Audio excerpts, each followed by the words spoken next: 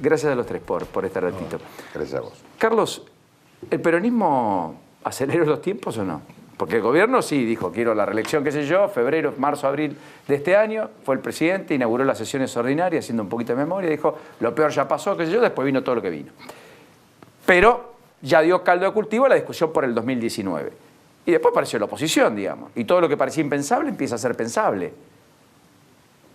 Unir criterios, ir a un gran paso, ya no ser excluyentes, fotos que van cambiando, bloques que se reparten. Hasta por ahí nomás. Bueno, explícamelo. Y sí, yo creo que, a ver, primero, te lo pongo en términos de tiempo. Por supuesto que este proceso, para mí, más o menos cronológicamente, va a llevar todavía 5 meses. ¿En qué va a decantar? Puede decantar en 2 fracciones, digamos, una peronista, la otra aliada en una coalición donde hay expresiones políticas que no tienen absolutamente nada que ver con el peronismo, ni siquiera para un frente convocante. Digo, el peronismo, con todo respeto por todas las ideas, el peronismo con el PC no tiene nada que ver. Digo, esto es como cuando Perón echó a los diputados rebeldes allá. Perdóname, Carlos, que te interrumpa, buenas noches. ¿Pero el PC fue aliado del Partido Justicialista en 1983 o yo tengo mala memoria? No, eso sí. Ah, sí, bien. Sí, pero había otra situación. Me refiero ahora a lo que son las expresiones de Nuevo Encuentro y todo ese tipo de cosas. Bueno, fueron aliados en la ciudad y Carlos Heller fue el candidato en 2009. Sí, pero con el kirchnerismo. No con el peronismo. No. Pero el peronismo tributaba en el kirchnerismo. Cierto peronismo, que arreglaba mucho, ya que nombraste a la ciudad autónoma de Buenos Aires, arreglaba, sobre todo cuando terminaban el periodo de sesiones, arreglaba Pro y Frente para la Victoria, Isla de Marqui, terreno del ferrocarril, etcétera, etcétera. Bueno, perdón, el peronismo votó la reforma del Código Electoral, que permite unificar las elecciones en la ciudad. Y Evolución se opuso a través de sus legisladores. Por eso, o sea, Lustó no apoyó lo que sí apoyó el kirchnerismo, que nunca apoya prácticamente. Pero yo te voy a decir un dato político, digamos, creo, 5 meses, es mi impresión.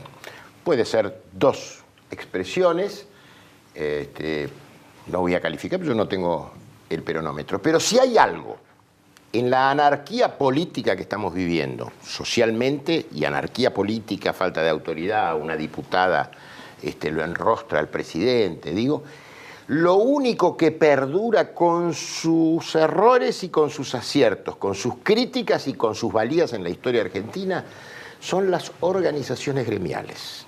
Que no se equivoquen con ese dato, que no alcanza, por supuesto, hay que hacer una cosa mucho más amplia.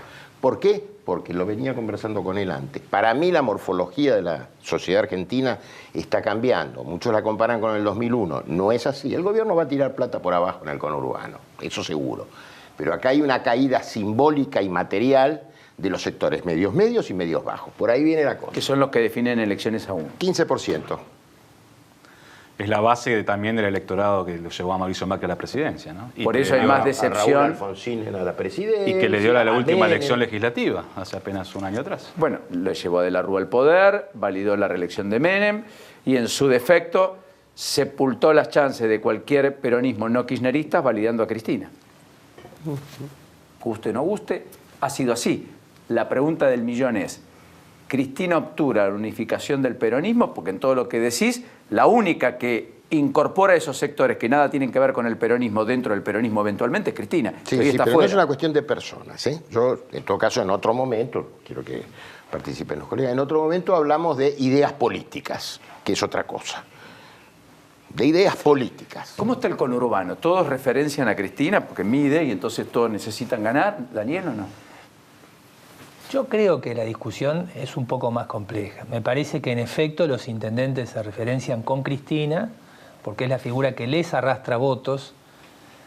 Hay que recordar que los intendentes son figuras conocidas dentro de sus distritos, nunca fuera, no hay ninguno que haya dado esa medida. Pero me parece, por otra parte, que todo el peronismo bonaerense le está retaseando su espacio a esta discusión de una renovación que plantean otros sectores, entre ellos, bueno, Miguel Ángel Pichetto, el gobernador de Salta, Urtubey, donde a mí me cuesta más ubicarlos a Urtubey y Pichetto como una renovación porque los recuerdo muy disciplinados con Cristina. Es más, si me olvido, me corrigen, pero Pichetto era el principal operador de Cristina en el Senado. Ahí tal vez Schiaretti me parece que es la figura que se recorta después del 2009 como un peronismo disidente de verdad con el kirchnerismo. Y Rodríguez Sá, no te olvides. Claro. Que va y viene. Sí, pero que ahora está al lado. Era una butad con el amigo Daniel. Hasta ahora no ha ocurrido, o no ha aprendido esta idea que Sergio Massa tiene plasmado en 2 proyectos legislativos en la legislatura bonaerense para desdoblar las elecciones de intendentes con la de gobernador. Hay que decir claramente que eso contraviene el artículo 191 y creo que el 161 de la Constitución provincial, porque el único en condiciones de convocar elecciones es el gobernador y los intendentes están habilitados a hacerlo si el gobernador excede los plazos legales, que es algo que no ha ocurrido nunca. Especulaciones hay muchas, porque Massa tiene una posición muy dura, en el sentido de que si a Vidal no le habilita esta ley, que vuelvo a decir, seguramente Unidad Ciudadana podría impugnarla fácilmente en la justicia, no daría aval al presupuesto en la provincia de Buenos Aires. Por supuesto, después entra todo en el terreno de las chicanas. ¿Qué dicen en Cambiemos? En realidad Massa busca una alternativa, le quedan 9 intendentes, 7 perdieron la elección en el 2017, solo ganó en Las Heras y San Fernando, busca una alternativa para que esos intendentes reelijan sin apelar a una figura, tal vez ni siquiera él, que garantice el arrastre de votos. En cuanto a la situación social, que tal vez es lo más importante de todo esto, lo que no se verifica es una crisis fuera de la crisis estructural del conurbano. Sí, en eso sí no hay clima. ¿No ves algo excepcional? No, yo creo que veo, a ver, lo que yo veo, no es que lo veo, creo que están los datos en el conurbano. Hay una acción de gobierno tendiente a achicar el espacio de intermediación, que no es el de intermediación política. Acá muchas veces en los últimos 30 años, particularmente después del 1987, que es cuando gana Antonio Cafiero, hay actores que han ocupado la ausencia del Estado y después literalmente lo reemplazaron. Entonces eso trae zonas de roce con el gobierno provincial. Digo, hay algunos obispos que no lo aceptan claramente, hay sindicatos que están distorsionados en su función y hay intendentes que le gustaría que la cosa fuera un poquito más complicada para Vidal, lo cual no significa que la situación de Vidal hoy, después de la devaluación y con los recursos que le faltan, sea fácil para gobernar. Lo que uno cree o ve o percibe ahí es una acción de gobierno destinada precisamente a evitar cualquier tipo de desborde y a la vez trabajar en cambios estructurales. Digo, para un ciudadano de la capital federal es extraño, pero el grueso de la provincia no tiene agua y cloacas. Esto es una obra que cuando el gobierno la termina, estamos hablando de un piso mínimo para volver habitable un territorio. Entonces, todo lo que está haciendo Vidal, que es mucho, es paradójicamente poco. ¿Por qué corre? Para que tengas una idea, Paulino, no se hicieron escuelas en los últimos 30 años. Los edificios tienen una antigüedad promedio de 50 años. Entonces, la reparación sobre un colegio ya es difícil. Cuando todo el mundo se alarma, y tienen razón, con la mala situación de colegios en Moreno, digo, porque quedaron en un estado deplorable. Entonces, ahí también chocás, bueno, no los voy a aburrir yo, contra la realidad de un sindicato que sobre eso también resiste el lugar que alguna vez ocupó, que es reemplazar al Estado, asistir a esos maestros en desprotección. Creo que eso es lo que pasa en el conurbano. Pero es muy interesante lo que marcas, porque esa misma falencia en la infraestructura es lo que imposibilita que la ley del 2005-2006, de la ley de financiamiento educativo, que fue votada por unanimidad, gestada por Filmos, etcétera, y que establecía que el 30% de los colegios tenían que tener ya doble escolaridad a esta altura, solo lo tengan menos del 8%, y lo debían tener al 2015 y estamos terminando en 2018. Está bien, pero en el presupuesto... Porque no hay espacio donde poner a los chicos, porque si vos haces doble escolaridad no podés ponerlos del turno tarde, claro, y no tenés espacio donde estudien esos chicos. Pero digamos. acá es donde interviene la foto, las imágenes y los títulos y la realidad. Digo, aquí se anunció una reforma educativa que, con el gran título Revolución Educativa, una persona que ya no está, creo que está en el Senado, y... Bullrich. Sí, Bullrich. Y yo creo que en el 2021-23 todos los docentes iban a ser trilingües y no sé cuántas cosas más y más. Te quiero decir que en el presupuesto aprobado, no media sanción, dice aprobado en diputados, y que para hacer ley tiene que ser aprobado en senadores, uno de los mayores recortes tienen que ver todo con la educación. La formación profesional, la educación, ciencia y técnica, etcétera, etcétera. Entonces, ¿De qué estamos hablando realmente? Es una charla de café, abierto. Mira, va a parecer que yo me voy a ensañar con mi amigo y colega, profesor de la Universidad de Lomas, Carlos Campolongo. Es cierto lo que dice. El recorte es brutal. Pero hay que decir también que el Ministerio de Educación de la Nación literalmente está a cargo de la administración de las universidades. Y así como ha recortado programas en las provincias, que le pide a los gobernadores que han mejorado muchísimo sus ingresos, porque le han devuelto todo lo que se le retenía por ANSES y ha mejorado la coparticipación, el resto es administración de universidades nacionales, a las que aumentaron el presupuesto casi al 40%. Creo que es uno de los pocos casos donde ha sido contemplado el desfase por inflación. Después de un año en donde tuvieron muchos problemas, con muchos retrasos en los pagos y que generó situaciones muy límites porque no podían hacer frente en muchos de los casos, la Universidad Nacional del Comahue, etcétera, al pago de las tarifas de energía, etcétera, casos que hemos visto bastante visibles. Estoy de acuerdo con lo que dice mi amigo Daniel y profesor también. Más allá que sería profundizar mucho la discusión del universitario, pero yo me estoy refiriendo. Este tema de la educación se desarticuló en la Argentina con alguien que se llamó Domingo Felipe Cavallo en la época de Carlos Saúl Menem. Con la digamos... Sí, el traspaso, la transferencia. No se elaboró ninguna política, más que reuniones del Consejo Federal de Educación. Pero yo creo que este es un tema que es nacional, ¿me entendés? Más allá de las particularidades que señala bien y que el Ministerio de Educación solamente se ocupa de las universidades, que hay valores y disvalores en lo que ha ocurrido en estos últimos años, creo yo. Ahí lo comparto y lo conocemos bien, y nos callamos ahí. Pero Walter, ¿y vos qué estás viendo? Primero, muy atento al debate, ¿no? Porque pensaba en educación y pensaba en lo que nos ha pasado también en este último año, ¿no? Con la mayoría de las escuelas en la provincia de Buenos Aires paradas, con muy pocas jornadas de clases para los chicos del primario, del secundario, con problemas en la evaluación de los alumnos, en la evaluación de los docentes. Entonces uno cuando empieza a hablar de la discusión presupuestaria, que es válida, y de la calidad educativa en nuestro país, tenés que poner todo en la bolsa también, ¿no? Sí, y pensar qué fue lo que se hizo y qué es lo que no se hizo.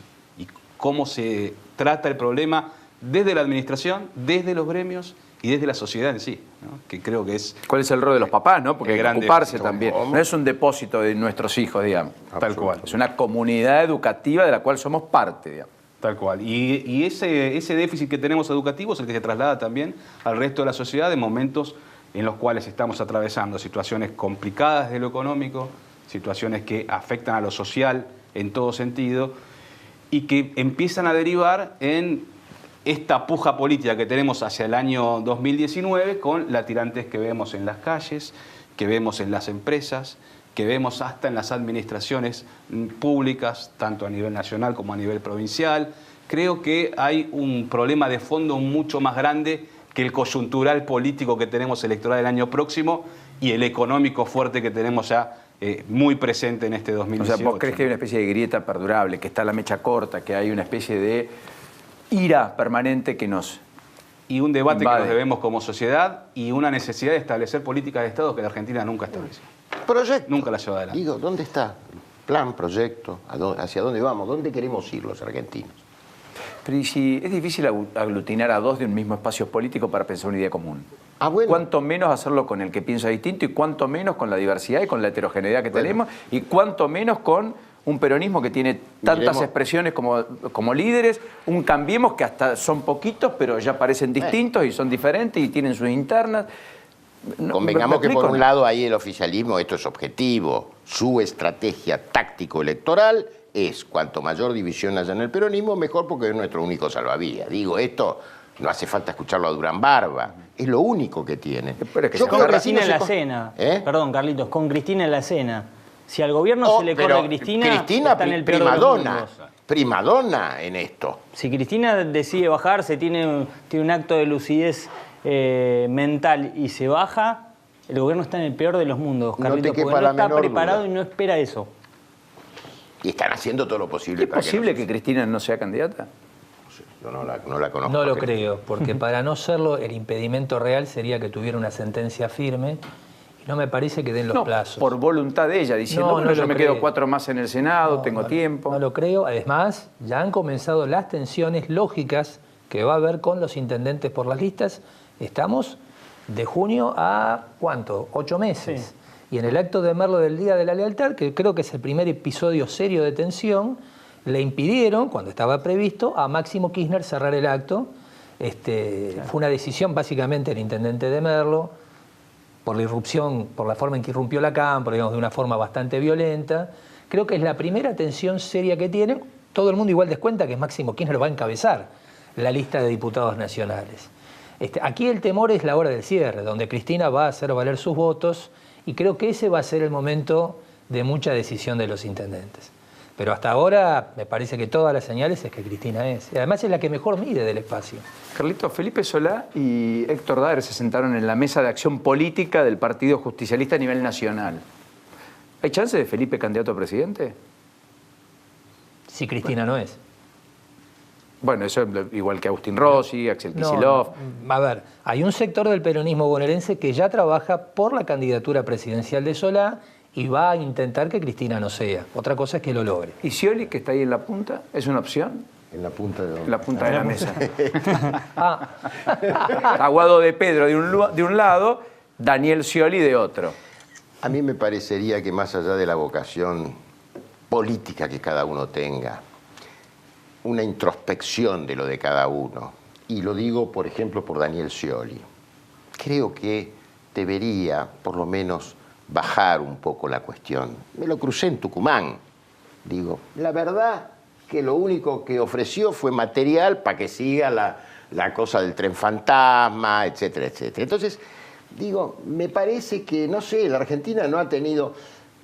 Yo me acuerdo de Perón. Cuando estábamos al borde de una guerra civil, no quiero comparar y equiparar situaciones, Perón dijo, prefiero irme.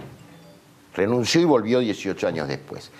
Esos son los políticos, ¿me entendés? No los que están jugando para ver si salvan la ropa, si no los procesan, si tal cosa o tal otra. Den, entonces, generen los gestos de grandeza que necesita nuestro país. Nada más que eso. Sí, yo le quiero preguntar a Daniel si crees que los intendentes pueden llegar a tomar a Scioli nuevamente como una opción válida. Viste, Scioli dejó trascender desde su entorno que está ahí expectante, que bueno, que si se alinean los planetas. ¿Crees que puede llegar a ocurrir eso? No, yo creo que Scioli va a Tucumán porque el peronismo federal está asombrado por algo bastante extraño.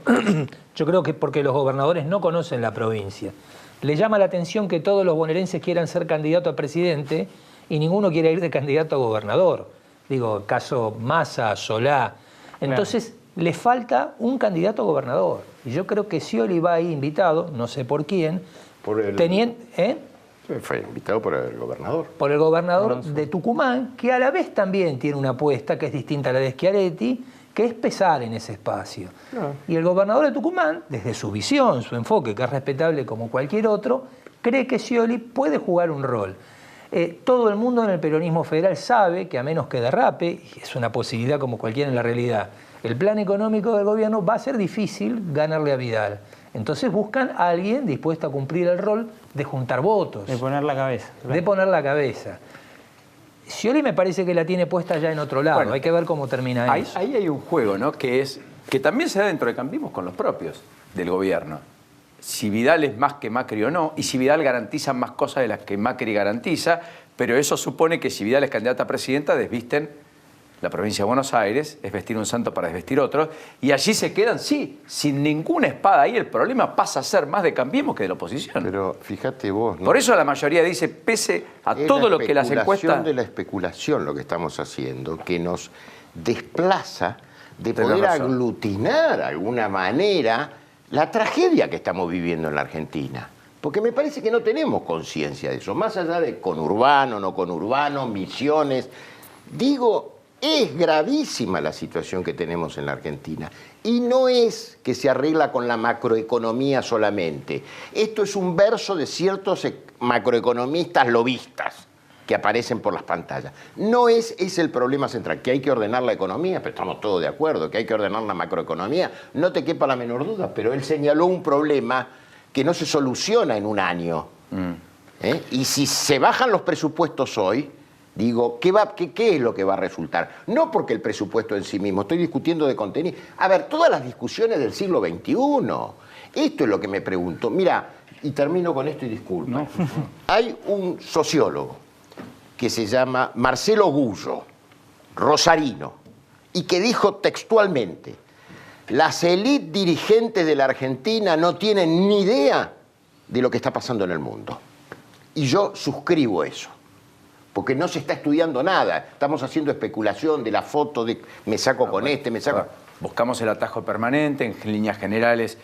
Bueno, definitivamente como sociedad somos un país que posterga, patea para adelante, vive el aquí y ahora. No hay mirada de mediano y largo plazo, digamos. Me parece que ahí tenemos una responsabilidad bastante compartida de distintas expresiones de la sociedad. Por eso hablé de dirigentes. Civil, la sociedad política, la sociedad económica, la sociedad gremial, la sociedad empresaria. Todos. Me parece que hay una multiplicidad de causalidades que explican el fenómeno. Walter, ¿el acuerdo con el fondo aquieta las aguas definitivamente? ¿Le da al gobierno una especie de veranito salvoconducto para llegar a la eventual reactivación de la buena cosecha del año que viene o no? Le da oxígeno hasta las elecciones. Hasta las elecciones. ¿Por qué? Porque vos vas a tener el próximo martes el primer desembolso de 5.700 millones de dólares, como para empezar a acomodar un poquito el presupuesto. 7.700 que van a llegar en diciembre, cuando van a ser más necesarios, si es que se cumple con la aprobación del presupuesto. Lo hablábamos con Carlitos, y con las pautas que se tienen que seguir en el Y no hay que pedir acuerdo. waiver ni nada, ¿no? Pero llegarían esos 7.700 para pasar el fin de año. Y en el momento más caliente, después cuando pase el verano, cuando sea el pico de la inflación, el pico de la recesión, que va a ser en marzo, llegaría la parte más fuerte de este acuerdo, que son unos 11.000 millones de dólares. Con eso estirás hasta la cosecha de abril, hasta que empiecen a ingresar los dólares y se empieza a mover un poquito la economía para el famoso segundo trimestre que mencionabas anteriormente, en el cual la economía empiece a dar esa vuelta de la V corta hacia el tercer trimestre, donde esperan que ya, según lo que decía el propio acuerdo con el Fondo Monetario, según las estimaciones del gobierno, estemos en crecimiento de tasas chinas del orden del 8,5%.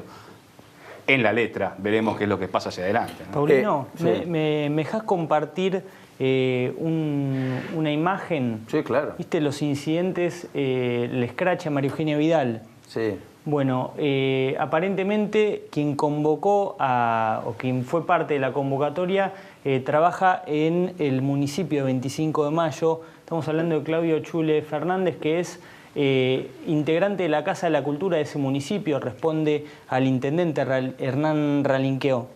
Sí, ¿no? Sí. Ayúdame, Dani. Hernán El Ralinqueo intendente de 25 de mayo. Sí, creo que es Ralinqueo. Exactamente. Esta es información que están contando desde la provincia de Buenos Aires, que están muy enojados porque detectaron esta convocatoria en el día previo. Mañana tenemos el privilegio que nos visita la señora gobernadora, estaría bueno ir a recibirla, docentes, comerciantes, bueno. Empleados, empresarios, jubilados y todos los ciudadanos que sufrimos los tarifazos de su gobierno para pocos, y nos dé una explicación del por qué gobiernan para pocos. Esto no debería ocurrir, la política no puede llamar a hacer escraches, me parece que esa es una instancia distinta, uno puede plantear los reclamos o plantear los canales de diálogo, no sé, me imagino que puede hablar con el subsecretario Campbell, con Federico Salvay, pero no mandar a escrachar a la gobernadora, porque genera un ámbito de violencia que no sirve para nada. Y además distrae sobre lo que verdaderamente hay que discutir, que finalmente si el gobierno es para pocos o no, si están entrando todos, si las decisiones que se toman son atinadas o no, si el comercio va a tener algún salvoconducto porque finalmente las cosas están muy mal y las persianas se cierran, si los docentes van a dejar de perder frente a la inflación y van a tener más calidad y van a tener mejor infraestructura, y al mismo tiempo van a tener o van a ser empoderados para también tener más valor dentro del aula, porque hoy están siendo castigados no solo en lo monetario, sino porque están supliendo muchas tareas que tristemente parte de las familias dejaron de hacer en la Argentina, no solo la de alimentarlos. Y así uno podría seguir diciendo un montón de otras cosas. Agiganta la grieta, como dice Campolongo, ¿no, Carlitos? Que plantea que eso es funcional. Si estás en contra del actual gobierno, hacer esto, la verdad que no suma. Sí, para y además porque es un funcionario que, por lo que dijiste, es titular de de la Casa de la Cultura. Sí. Bueno, no estaría haciendo honor al cargo, en principio. Pero es de la incultura. Hablando de eso, perdón, ¿De la incultura? No. No, tenemos, Vanina, si no lo muestro acá. ¿Ustedes leyeron? Yo todavía no salgo de mi asombro. Lo que fue el pedido del juez Carzoglio Alconfer, que dejó de existir en 2009, porque después se convirtió en AFCA y hoy es lo que es. Luis Silvio Carzoglio, juez de garantías número 9, Poder Judicial, Lomas de Zamora, Avellaneda. Esta es la imagen. Lanús Avellaneda, Paulino. Lanús Avellaneda, dije, sí, perdón. Lanús Avellaneda. Primer error, se lo dirige a algo que ya desapareció hace 9 años. Segunda cuestión, escribe radiodifusión y fíjense cómo escribe radiodifusión, juez.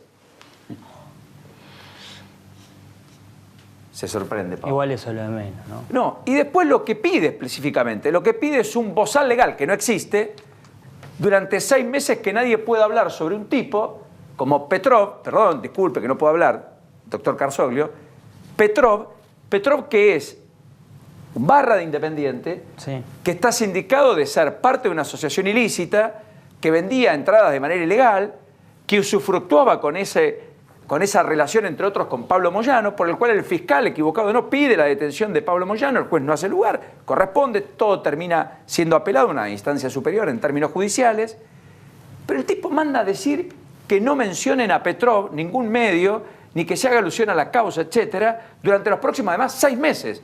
¿Por qué 6 meses? ¿Por qué no 3? ¿Por qué no 1? ¿Por qué no 4? Bueno, evidentemente... El sinsentido y la falta de sentido es común. Hay una conexión, Paulino. Inconstitucional. Además que es inconstitucional. Además de ser inconstitucional, pero hay una conexión con el caso de Bebote Álvarez. Vos sabés que en la gráfica, quienes cubríamos en su momento el tema barras de Independiente, no podíamos mencionar a Bebote Álvarez. Misma situación. Porque había un juez como Carzoglio. Un juez que indefinidamente había enviado una circular a todos los medios por el cual los departamentos legales de los medios no podían, bajaban la orden de no mencionar para evitar una multa. Situación litigiosa, claro. Exactamente. Bebote que está preso. Bebote, estamos hablando de Bebote Álvarez, el barra brava de Independiente, en plena época de caos. De esplendor de las y barras. Caos. Y del Bebote que fue en 2014 el Mundial de Brasil, aunque no podía, y que fue con la careta, ¿no? ¿Se acuerdan? Señor. Que violó las normas y fue detectado. Bueno, está preso y ahora está él sindicando a Pablo Moyano como el factotum de lo que ocurría o dejaba de ocurrir en la relación entre la barra brava y la dirigencia de Independiente. Un pequeño dato que sí vuelve relevante la falta de ortografía es que Carzoglio es egresado y docente de la Facultad de Derecho de la Universidad Nacional de Lomas de Zamora. No, qué desprestigio para esa universidad, ¿no? No, para que están dos eminencias. No, acá. por eso, pero qué mal. Estamos amortizados con Campolongo. Claro, No con vamos a hablar. Campolongo Estamos amortizados. es el Pero cupo. seamos justos. Hay una señora que se llama Laura Alonso, que no es abogada, ¿sí? Y está en la Oficina Anticorrupción. Y está en la Oficina Anticorrupción, que escribió en un tuit los otros días, Haya, ¿sí? Sin H. Politóloga. Que hicieron un decreto específico para su nombramiento. Su Digo, explicación, para ser justos en este cambalache Sí, que estamos su explicación fue, porque yo me opuse, me dice, pero vos sos politólogo, vos tenés que entender que no había necesidad de que fueran los abogados los que, digamos, comanden la Oficina Anticorrupción. Mi respuesta fue, bueno, eso es muy viable, te lo compro, lo que hay que hacer es reformar la ley. Cambiar la ley, perfecto. Porque si no es un decreto para una persona. Obvio, sí. Después ya discutimos otras cosas. Bueno, al margen de todo esto, perdón, ¿hay espacio para el socialismo, para una tercera fuerza progresista por fuera del kirchnerismo? Lo que quiere Lifshitz, lo que imagina Stolbizer, lo que pergeñan algunos sectores que se han quedado sin a un proyecto presidencial y que supieron tenerlo. Y siempre lo hay en la Argentina, ¿no? Donde la centroizquierda ha tenido su lugar y muy fuerte, en algunos momentos más que en otros. La realidad es que el socialismo y el progresismo, denominado de tal forma, no ha encontrado su posición exacta en la sociedad. Ha girado de acuerdo a la elección y de acuerdo al socio que venía en el momento. El caso de Santa Fe es el caso más típico, ¿no?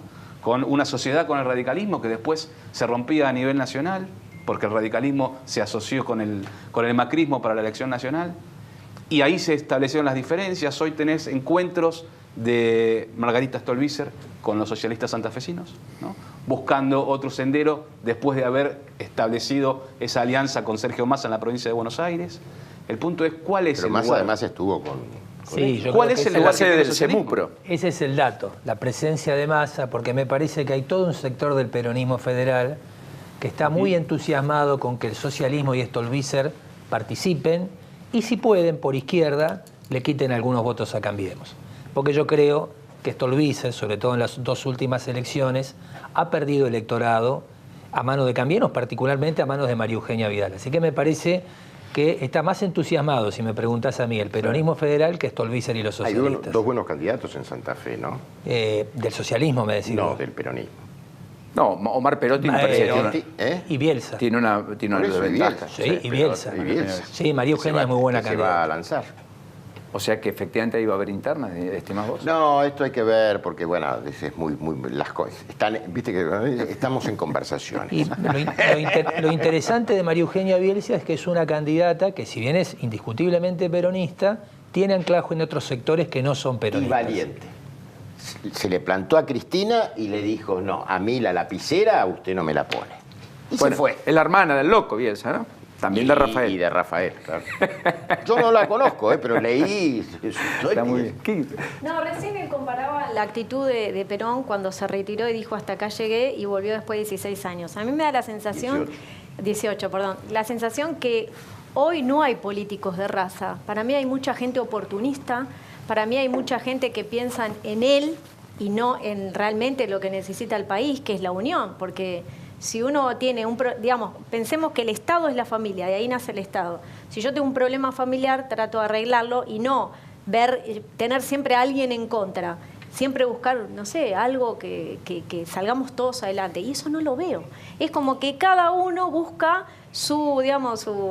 lo que ellos quieren. Es disruptiva, ¿viste? Tiene los jeans rotos y demás, Sí, pero... pero me parece para. que yo no hay. comparto, y que venga de una persona joven como ella, ese Gracias por lo concepto, bueno, nos tiene que hacer pensar sobre esto. Ya sé que en el mundo no hay grandes líderes. Bueno, No. uno puede decir Merkel, en fin, hay.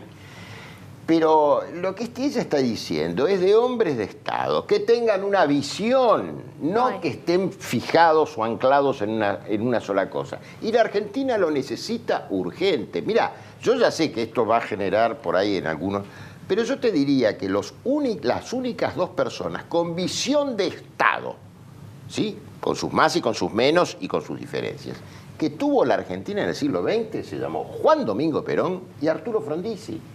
Y yo no fui desarrollista nunca, pero por lo menos tenía una idea de conjunto. Después terminó condicionado, Alzogaray terminó siendo ministro de Economía, bueno, todo lo que conocemos. Pero después no Tampoco hay encuentro. estrategas. San Martín volvió pobre, Belgrano pobre, es decir, gente que ha llegado realmente a ganarse su lugar y que hoy podemos decir son nuestros próceres representantes. A mí me asusta. Ahora- Yo tengo hijos y digo, ellos van a estudiar y ellos ¿qué hicieron por el pueblo, por la Argentina? Son muy pocos, son contados con los dedos. Y después, y lo tiro y me retiro, la actitud del Congreso el otro día. No. Los legisladores, es una vergüenza al país, esa gente nos representa. Lo he dicho públicamente. A mí Te me da enojó, Paola, vergüenza. se calentó. No, Sí. tienes razón. Hay un tema, hay un tema que es bien válido. Y Una que- estudiantina. Que bueno, sí, bueno, ese es un problema. Adentro una estudiantina, y afuera, lamentablemente, entre provocación A y mí me otra perturba cosa. la adolescencia política muchas veces al discutir los temas y la falta de sinceridad y por sobre todas las cosas de ser genuinos. Porque no somos genuinos en las discusiones que damos. Lo políticamente correcto nos gana en algún momento y vamos como una oleada, ¿no? Entonces, miran, esto vale, esto sirve, no, dale que va, no hay que obturarlo, no, quiero discutir algunas cosas. No está mal hacerlo. Absolutamente. Lo ¿Está genuino, mal lo que digo? No, No, lo genuino es lo en absoluto. contrario del cinismo. Bueno, y en lo genuino, yo estuve en la previa de la elección de Donald Trump en los Estados Unidos. ¿Vos sabés que era más genuino Trump que Hillary Clinton? Lo de Clinton me parecía armado todo el tiempo. Trump era un tipo genuino, espontáneo, loco, demente, lo que vos quieras. Pero decía lo que pensaba. Bueno, Y a la postre, ejecutó mucho de lo que pensó. El muro, la idea de cuidado con los inmigrantes, la idea de, vos no producís en acá, no vendés, le pongo arancel, Bueno, me peleo por los nuestros, la economía vuela, el empleo está en el nivel más alto de los últimos 25 años. Lo hablábamos con Carlos antes de comenzar el programa, ¿no? El descreimiento que se está generando en la sociedad y lo peligroso que es eso, porque deriva en situaciones extremas, en personajes extremos. Lo mencionabas a Trump, basta mirar del otro lado de la frontera para ver lo que va a pasar este domingo en Brasil. Digo, Se achicó la diferencia. Ojo con ¿Gana esto, ¿no? Bolsonaro igual? yo gana creo Bolsonaro. que gana Bolsonaro porque además a veces el pueblo castiga como puede, no con lo que quiere.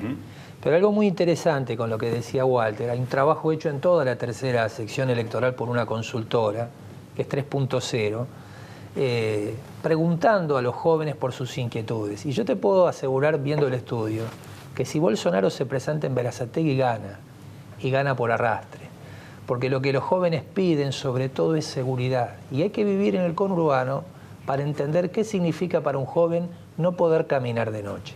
Y una pequeña idea más que te quiero comentar sobre el trabajo, que es la idea de progreso que tienen los jóvenes en el Gran Buenos Aires. Progreso para los jóvenes es tener trabajo, capacitación y acceso, además, a la educación de calidad que le falta.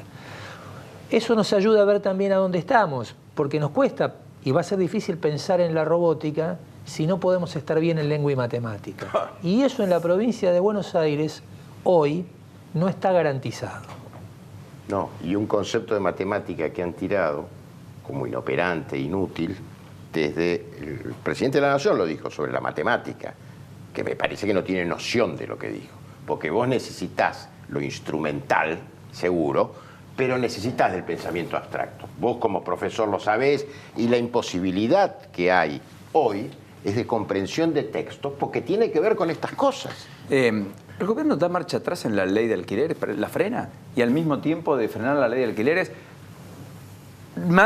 frena también la hipótesis de reformar todo lo que es el famoso ESI sobre salud integral sexual. El gobierno da marcha atrás en muchas medidas, ¿no? O sea, va a buscar aplicar la ley del 2006, con lo cual hay autonomía en las instituciones educativas para los textos que incluyan en la educación, etcétera. Hay una mayor participación de los padres, ya no viene todo dado, etcétera. Y al mismo tiempo, efectivamente, en cuanto a la ley de alquileres, parece que el Estado ahora, después de toda la discusión, no se va a meter. No, pero es un papelón, Paulino, perdona que... No, pero está bien, pero esta es la definición. Pero es un papelón, entiendo que dio mucha marcha atrás el gobierno, las contamos todas, pero esto es un anuncio que se hizo en la Quinta de Olivos, por eso digo, en el que el gobierno lo anunció como una gran medida. Se supone que para hacer un anuncio de esa magnitud vos tenés que haber evaluado los costos, el impacto. Bueno, aquí vino el presidente de la Cámara de las Inmobiliarias y dijo que ni siquiera los habían convocado, con lo cual eso no se hizo. A mí me sorprende, porque además desempolvaron un proyecto que era de la oposición, de una senadora kirchnerista, que lo empujó una asociación de inquilinos vinculado al kirchnerismo, etcétera, y lo compraron como propio algunos de Cambiemos y algunos le dijeron, perdóname, ¿ustedes saben lo que están votando acá? Y después aparecieron cosas muy creativas, cosas que son muy valederas para ser consideradas, etcétera, pero ni siquiera era reformar lo que venía del Senado, lo que convence al oficialismo. Ahora la idea es, no, acá no nos metemos.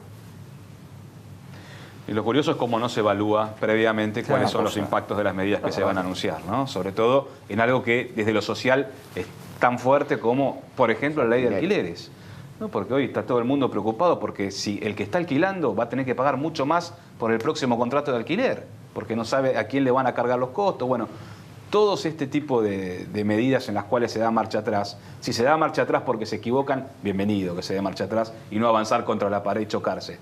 Ahora, hagamos un análisis previo, consultemos a todos los sectores y a todos los sectores involucrados. Lo que demuestra es mucha improvisación y falta de estructuralidad en los planteos y en los problemas. Este gobierno que se jacta de ser un gobierno que comanda y que conoce el mercado como pocos, este gobierno cambió 3 veces el presidente del Banco Central.